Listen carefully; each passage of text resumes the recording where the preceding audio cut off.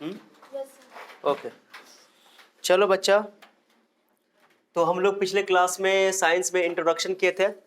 आज से तुम लोग का मेन क्लास स्टार्ट होगा, ठीक है। तो हम लोग सब कुछ पढ़ चुके थे, terms of basic terms of. हम लोग का टॉपिक क्या था? प्रकाश का परावर्तन। क्या था? Reflection of light. क्या चीज? क्या आप बता सकते हो कोई प्रकाश का परावर्तन क्या होता है? एक लाइन में, एक लाइन में पूछे कि प्रकाश का परावर्तन क्या है, तो बस बस प्रकाश का टकराकर वापस लौटना क्या कहलाता है? किसी वस्तु की सतह से टकराकर प्रकाश का वापस लौटना, इसको क्या बोलते हैं?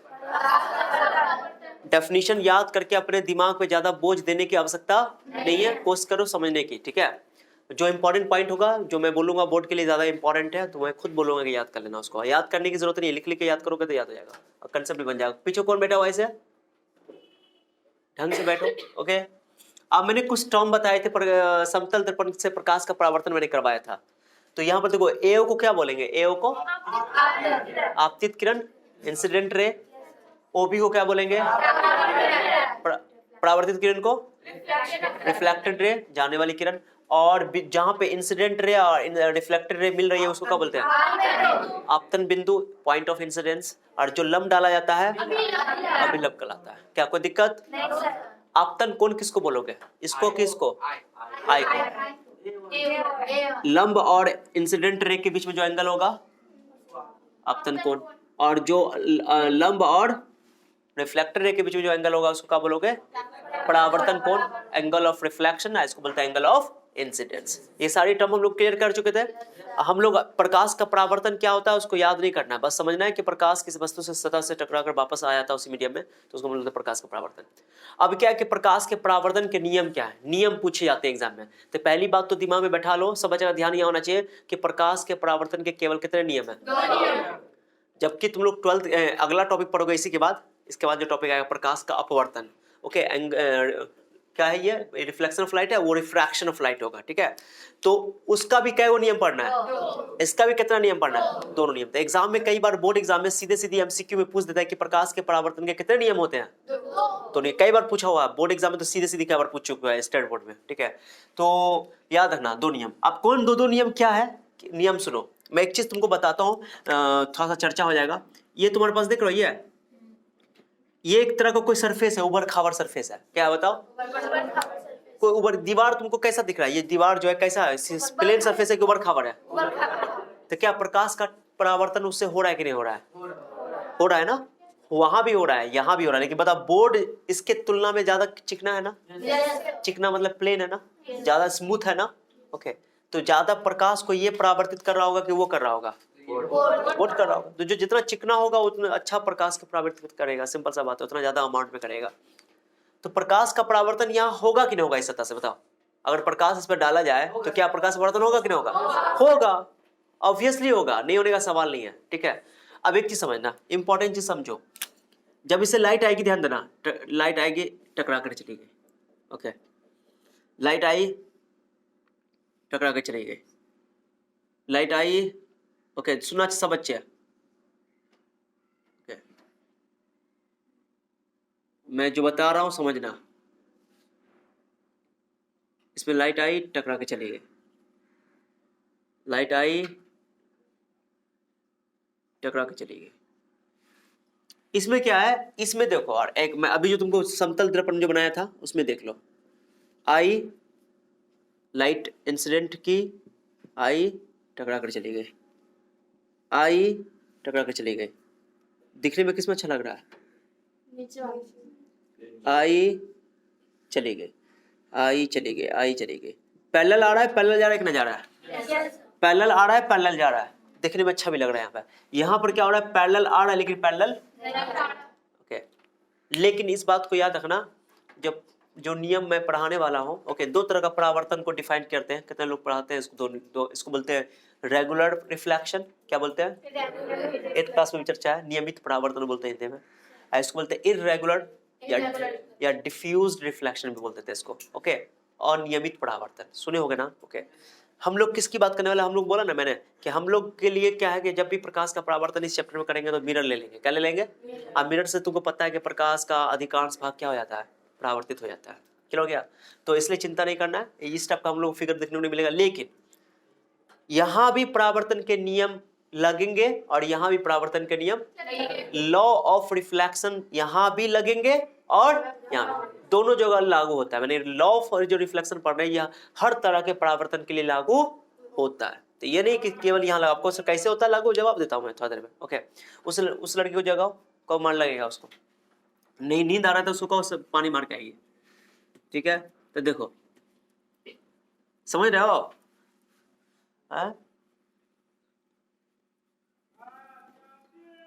तो देखो मैं क्या कर रहा हूं, दो नियम है। कितना नियम है? पहला नियम खुल्लम खुल्ला है कि एंगल आई एंगल आर के बराबर होता है, खुल्लम खुल्ला। क्या चीज बोलो? एंगल आई एंगल आर के बराबर होता है, पहला नियम। यानी कि जब भी परावर्तन होगा किसी भी सतह से होगा, चाहे वो कैसा भी हो, अभी दोनों टाइप का, एंगल आई एंगल आर के बराबर होगा। यानी आपतन कोण परावर्तन कोण के पहला नियम हो गया ये। इसमें याद करने की जरूरत नहीं है कुछ हो कि आपतन कोण परावर्तन कोण के क्या होता है, पहला नियम। बहुत आसान है ना? दूसरा नियम थोड़ा समझने वाला है, किताब में लैंग्वेज में लिखा होता है, मैं उसको समझाता हूँ। ठीक है, सुना अच्छा से। अगर आपतित किरण, बताओ ये अभी जो मैंने आपतित किरण बनाया है कहाँ बनाया है? इस बोर्ड पे बनाया ना? आपतित किरण इस बोर्ड पर है ना? तो बोलते हैं कि बोर्ड को बोलते हैं प्लेन, क्या बोलते हैं? समतल। ये तल है एक तरह का, प्लेन बोलते तो तल। ओके, तो ये तल है, तो ये बोर्ड का तल है। ओके, बोर्ड पर ही आपतित किरण है। परावर्तित किरण भी किस पर है? बोर्ड पर है।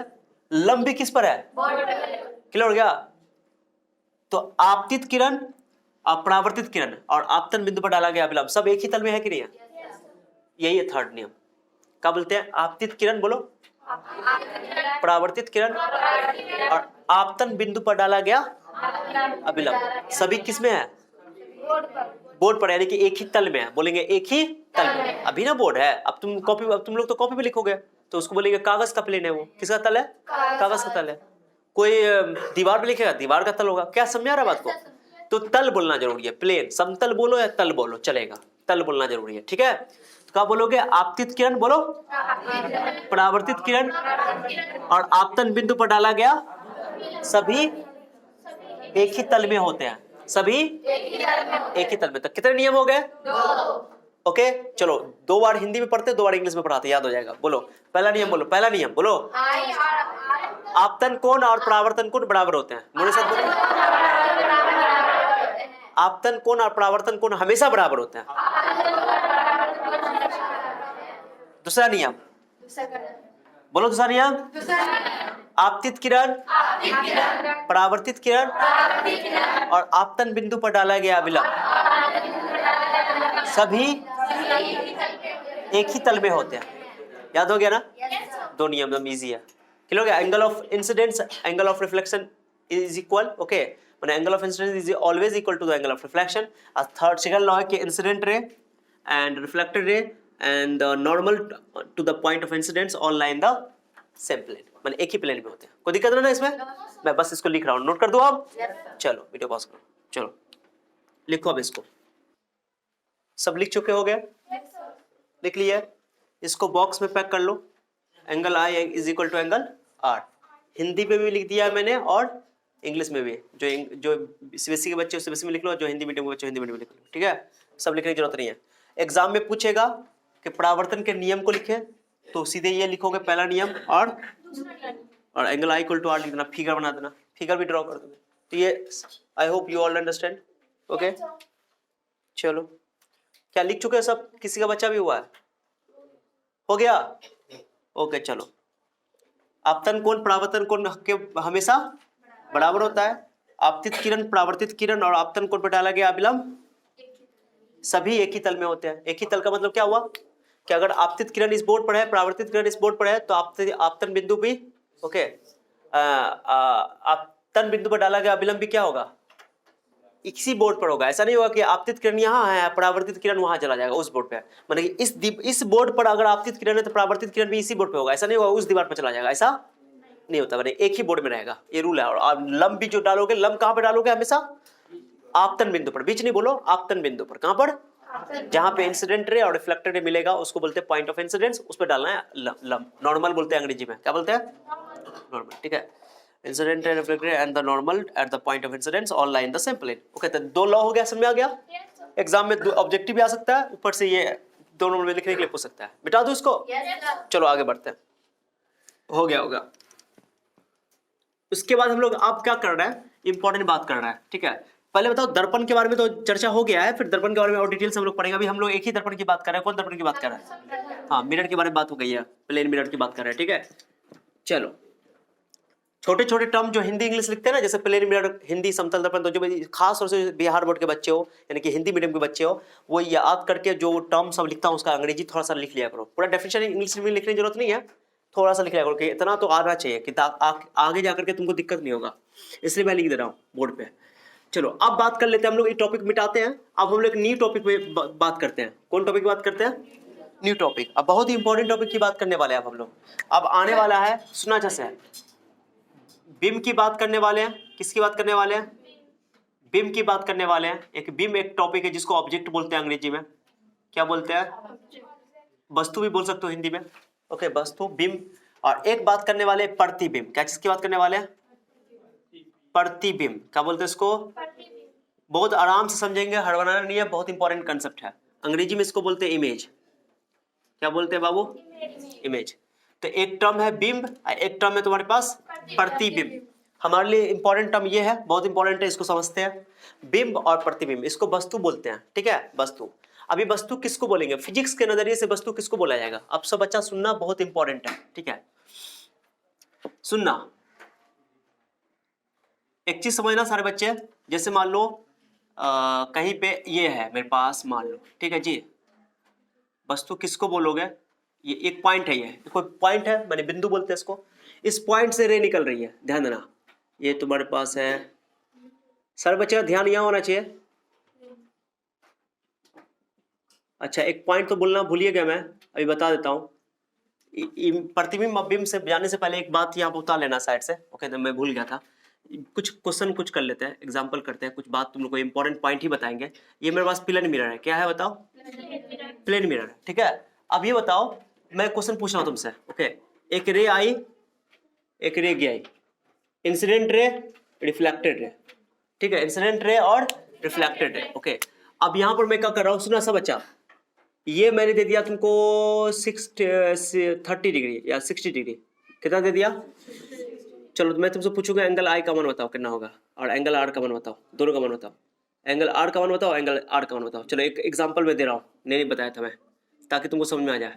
एंगल आई का मान बताओ, एंगल आर का मान बताओ, कितना होगा? आई किसको बोलते हैं? लंब डालना पड़ेगा। लंब तो मैंने नहीं डाला पहले, मैंने तो तुमको एंगल दे दिया दर्पण के साथ। किसके साथ दे दिया? तो देखो यहाँ पर पहले एक लंब डालो, परपेंडिकुलर डालो, नॉर्मल डालो, नॉर्मल बोलते हैं इसको, डाल दिया है। ये टोटल एंगल तो 90 है, ये टोटल एंगल कितना है? तो 60 कितना हो जाएगा? 90 माइनस 60। तो एंगल आई निकालने के लिए क्या करना पड़ेगा? 90 माइनस 60, तो 30 डिग्री करना पड़ेगा। कोई दिक्कत किसी को समझ में आ गया? बहुत ईजी है कि नहीं है? अरे 30-60 डिग्री तो इसके साथ है ना, हमको तो ये ना एंगल चाहिए, ये एंगल चाहिए, तो टोटल एंगल तो 90 है, क्योंकि लंब है दर्पण पे, मिरर पे तो परपेंडिकुलर है वो, तो ये 60 डिग्री कितना हो जाएगा? 30। अगर एंगल आई 30 डिग्री तो ये भी कितना हो जाएगा? सिंपल बात होता है, एंगल आर भी कितना हो जाएगा? क्या बहुत आसान क्वेश्चन है कि नहीं?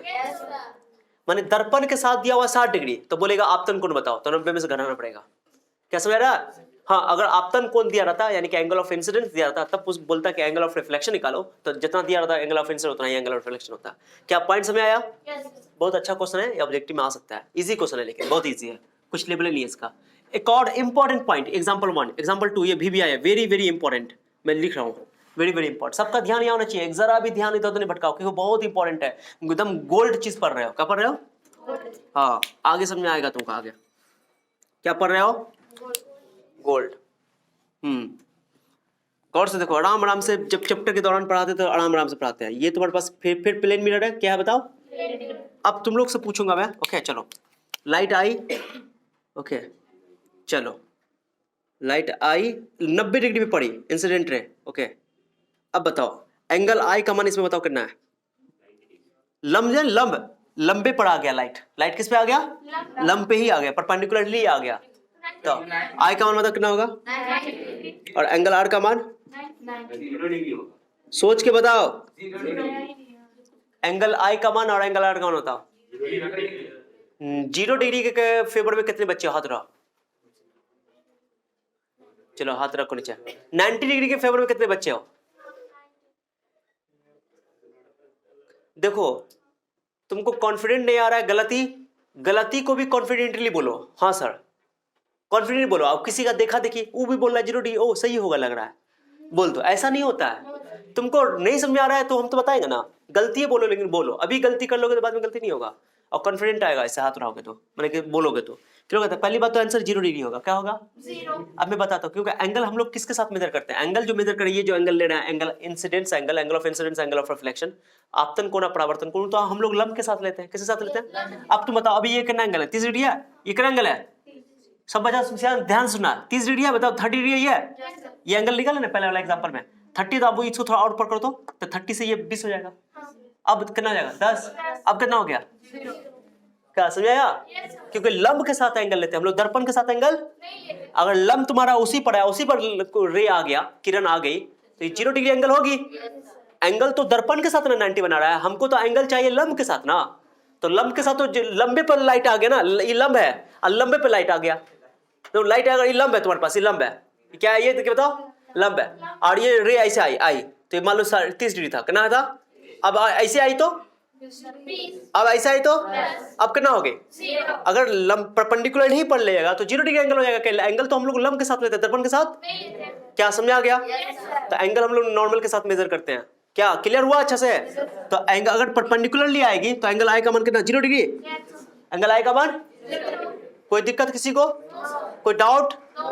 जरा भी डाउट है you can touch me right now, otherwise आगे प्रॉब्लम होगा। ओके 0 डिग्री है। अब बताओ आई का मान 0 डिग्री, तो आर का भी मान कितना होना चाहिए? यानी कि जिस पर आया उसी पर वापस जाना पड़ेगा। अरे 0 डिग्री, आर का भी मान 0 डिग्री होने के लिए तुमको उसी पाथ पे जाना पड़ेगा ना उसको। तो आया है तो टकरा कर वापस उसी रास्ते पे उसको जाना पड़ेगा, तभी आर का मान 0 डिग्री होगा। यानी कि जब भी दर्पण की सतह पर कोई रे 90 डिग्री के कोण पर आती है, दर्पण के साथ 90 डिग्री यानी कि लंब रूप से पड़ती है, तो उसी रास्ते पे वापस चली जाती है। उस केस में आई का मान आर का मान 0 डिग्री होता है। अभी कैसे समझ गए सर कि आई उसी रास्ते पे चली गई, ये कोई मस्ती है क्या ऐसे चली गए?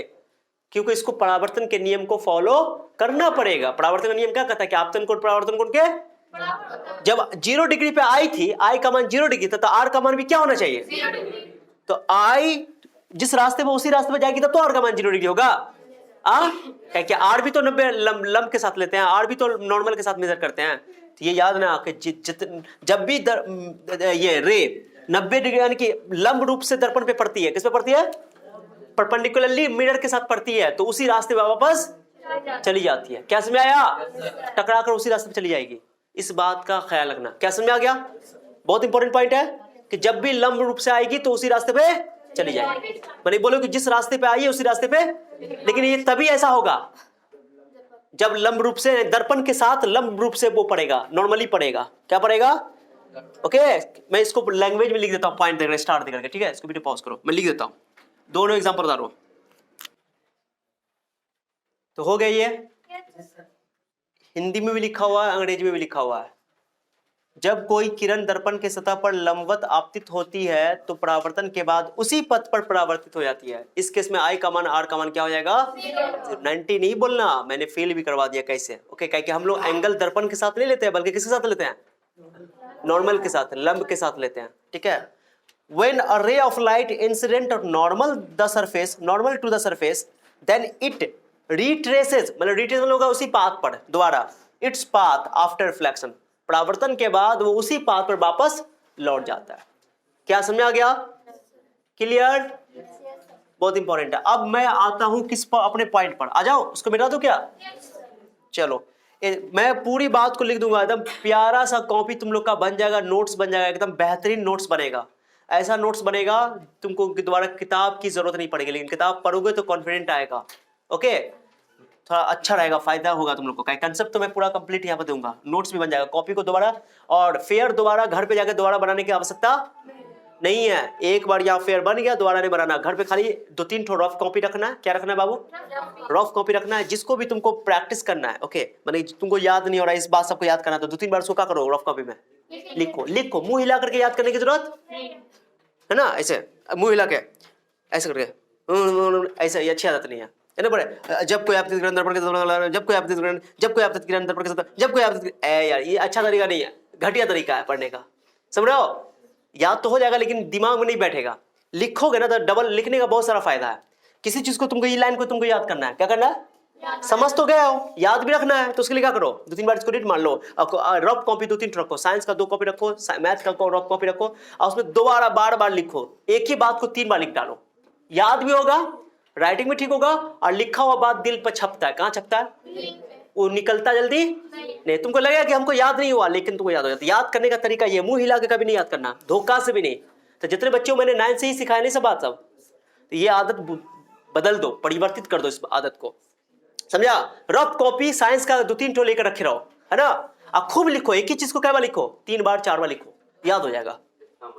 हाँ 2-3 बार काफी है, जितना मर्जी की जरूरत नहीं है, 2-3 बार काफी है। जब समझने के बाद 2-3 बार बच्चा लिख लेगा ना, एक बार बिना देखे वो लिख सकता है बाद में। क्लियर हो गया? ये तरीका मैं बता दो, मेरे तरीका को फॉलो करोगे, कोई चीज तुमको टफ नहीं पड़ेगा, बहुत आसानी से याद भी हो जाएगा। ठीक है, मुंह हिला के रटने की जरूरत नहीं है। चलो अब आते, ये मिटाओ क्या? हाँ, फिर मैं बोल रहा हूं बोर्ड पे नहीं लिखना है, धोखा से भी बोर्ड पे नहीं लिखना है। कौन बच्चा बोला बोर्ड के बारे में? बोर्ड के बारे में मैथ को भी प्रैक्टिस नहीं करना बोर्ड पे, और इसको भी मैंने कि नहीं बच्चा लोग मार्कर लेकर क्या एक बोर्ड पे प्रैक्टिस करता है, ये बहुत मैं बता रहा हूं। कॉपी में लिखोगे गलती होगा, कट होगा, गलती होगा, कट होगा, फिर एक बार कम गलती होगा, ज्यादा गलती होगा पहली बार में, दूसरी बार में कम गलती होगा, तीसरी बार में और कम गलती है, चौथी बार में सही हो जाएगा। बोर्ड पे गलती का पता, गलती का एहसास नहीं होगा। मैं क्या बोल रहा हूं, इसलिए मैंने कहा 2 कॉपी रफ कॉपी।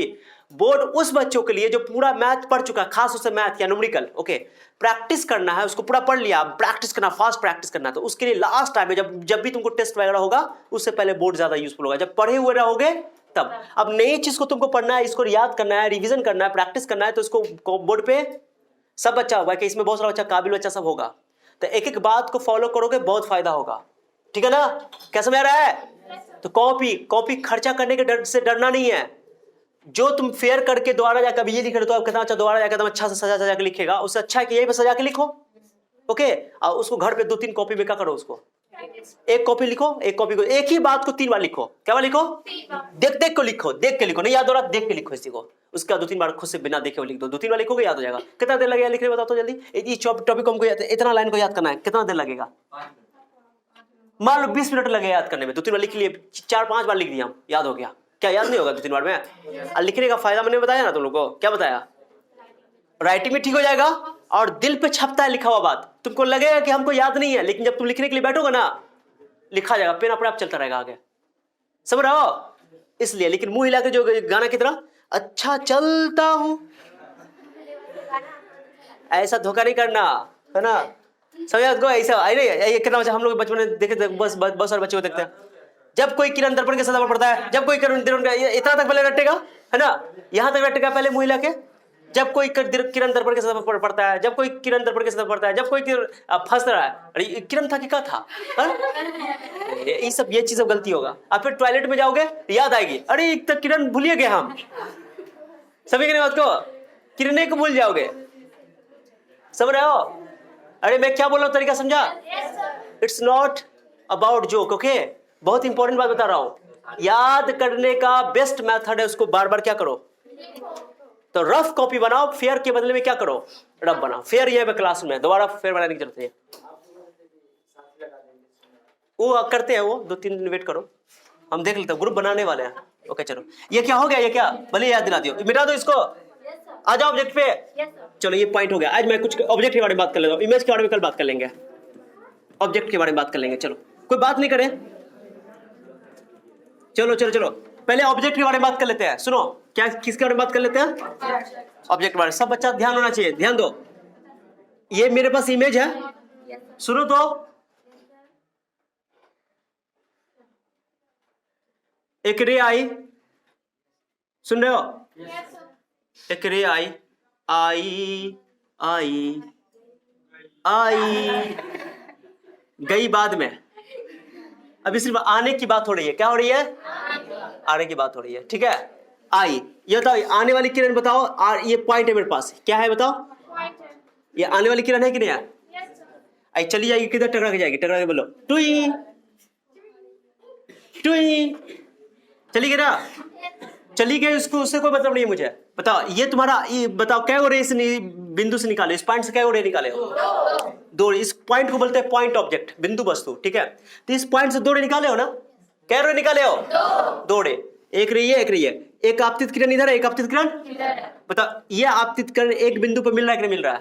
एक बिंदु से फैल रहा है कि नहीं फैल रहा है? तो आपतित किरण जहां पे मिलता है ना, आपतित किरण जिस बिंदु पर मिलता है ना, उस बिंदु को बोलते हैं वस्तु। क्या बोलते हैं? वस्तु। जो मैं बोल रहा हूं गौर सुनना, आपतित किरण जिस बिंदु पर मिलता है ना, उसको बोलते हैं वस्तु। फिजिक्स के नजरिए से, अब किसी से मारपीट नहीं करना सर, वस्तु तो ये भी है, ये भी है, ये भी है। फिजिक्स के नजरिए से, लाइट के नजरिए से, ऑप्टिक्स के नजरिए से, यानी जो चैप्टर हम लोग पढ़ रहे हैं फिजिक्स में, इस चैप्टर के नजरिए से ऑब्जेक्ट यानी वस्तु वो है जहां पे आपतित किरण मिलती है। क्या होती है? मिलती है, तो इसको बोलते हैं वस्तु। तो यहाँ पे ये जो ओ देख, ये जो ओ मैंने नाम दे दिया ओ, ओके, ये तुम्हारा क्या है? वस्तु, ऑब्जेक्ट है ये। क्या बताओ? ऑब्जेक्ट है। क्या समझ आया? पॉइंट ऑब्जेक्ट बोलते हैं इसको, बिंदु वस्तु, ठीक है, समझ आया? क्योंकि यहाँ पे आपतित किरण निकल रही थी ना, परावर्तित किरण से कोई मतलब नहीं, परावर्तित किरण से प्रतिबिंब की बात होगी, ठीक है, बाद में बात कर लेंगे। तो क्लियर हो गया? पहला एग्जांपल क्लियर हो गया। तो हमको अभी परावर्तित किरण का कोई काम नहीं है, बाद में कर लेंगे। ओके चलो, परावर्तित किरण बाद में था। आपतित किरण जिस बिंदु पर मिलती है, जिस बिंदु पर, उसको ऑब्जेक्ट बोलते हैं। आपतित किरण, the point okay of the intersection of incident rays, वो पॉइंट जहां पे इंसिडेंट रे कटती है या मिलती है, उसको बोलते हैं ऑब्जेक्ट। क्या समझ आ गया? एक और एग्जांपल है, पहले ये तो दर्पण बना देता हूं, दर्पण दर्पण दर्पण दर्पण दर्पण दर्पण दर्पण दर्पण। सुनना, अब एक और सुनो, सब बच्चों का ध्यान ये होना चाहिए। ये मेरे पास एक और मिरर है, ओके, नींद आ रहा है किसी को? कुछ बेगैरत है जिसको नींद आ रहा है?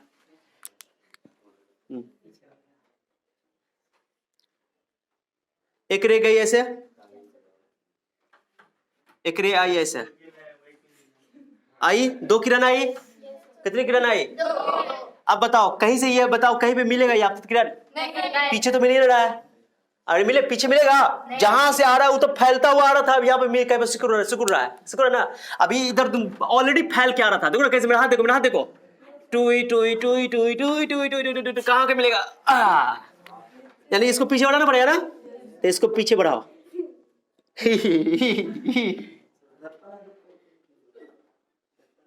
मैं क्या बोल रहा, रे यहां ही आएगा ना रे, मैं इसको पीछे बढ़ा रहा हूं, कहीं ना कहीं ज्वाइन होना था। अगर दर्पण ना होता कहीं ना कहीं ज्वाइन होता ही नहीं होता। रे कहीं से आ रही थी किरण, अगर ये दर्पण ना होता तो कहीं ना कहीं जाके मिलता ही नहीं मिलता। तो मैंने अपने ये एक बार एक्सपेरिमेंट करके दिखा रहा हूं, टुई टुई टुई, आ रहा ले लो, सिकुड़ा गया, सिकुड़ गया, नहीं सिकुड़ गया, कहां पे सिकुड़ा? यहाँ पे, इसको पीछे बढ़ाओ, कहां सिकुड़ा? तरीका कि कहां पे मिलता, अगर दर्पण ना होता तो कहां पे मिलता, कहां पे मिलता था? डॉट डॉट क्यों दे रहे हैं? लाइट यहां पहुंच नहीं रहा है, लाइट यहां, क्योंकि मिरर पे पड़ गया, लेकिन हम वो मान के चल रहे कि वो लाइट ना होता तो कहीं ना कहीं ज्वाइन होता। कहां होता? वही को बढ़ा रहे हैं, तो इसलिए डॉट डॉट दे रहे हैं। कहां दे रहे हैं? डॉट डॉट दे रहे हैं, dot dot dot dot dot. कहां ज्वाइन हुआ था? यहां ज्वाइन हुआ। तो आपतित किरण कहां पे मिल रहा है? मिल रहा है कि मिलता हुआ मालूम पड़ रहा है? यहाँ पे रियल में मिल रहा था, यहाँ पे रियल में नहीं मिला, मिलता हुआ मालूम पड़ रहा है। इसको बोलते हैं कि जो मिलता हुआ प्रतीत हो रहा है। Okay, it appears to meet at this point. Okay, O dash बोल देता उसको, मैं क्या बोल देता हूं? ओ डैश, डैश अंदर में कि नहीं था इसलिए डैश। ओके, ये भी ऑब्जेक्ट है। क्या है बताओ? ऑब्जेक्ट है। लेकिन इस ऑब्जेक्ट में, इस ऑब्जेक्ट में दोनों में क्या फर्क है? यहां भी आपतित किरण मिल रहा था, यहां भी आपतित किरण मिल रहा है, दोनों जगह आपतित किरण नहीं मिल रहा है, लेकिन यहां मिल रहा है, यहां मिलता हुआ मालूम पड़ रहा है। तो इसको बोलते हैं रियल ऑब्जेक्ट। कौन ऑब्जेक्ट बच्चा? जल्दी बोलो, कौन ऑब्जेक्ट बोलेंगे? रियल ऑब्जेक्ट, वास्तविक वस्तु। कौन वस्तु? क्या समझ आया? कौन वस्तु? जल्दी बोलो, आवाज नहीं आ रही मुझे। वास्तविक वस्तु। कोई दिक्कत किसी को? ओके चलो, वास्तविक वस्तु। कौन वस्तु? और ये वस्तु यहां पर मिलता हुआ मालूम पड़ रहा है कि मिल गया पक्का पक्की? इसका मतलब हरगिज नहीं कि लाइट यहां चला गया, लाइट यहां नहीं गया है, बल्कि हम उसको माने कि अगर मिरर ना होता तो वहां पे मिल जाता। ओके, तो इसको बोलते हैं आभासी वस्तु। कौन वस्तु? आभासी वस्तु। कौन वस्तु बाबू? या काल्पनिक वस्तु भी बोल सकते हैं हो। और इसका एक और अंग्रेजी में नाम है वर्चुअल ऑब्जेक्ट। कौन ऑब्जेक्ट? वर्चुअल। ऐसा बताया जाएगा, तुम लोग दिक्कत नहीं होगा। क्लियर हो गया? तो आपतित बिंदु जिस बिंदु पर मिलती है या मिलती हुई प्रतीत होती है, मालूम होती है, उन वस्तु को बोलते हैं, उस बिंदु को बोलते हैं वस्तु, बिंब। क्या समझे बिंब का मतलब?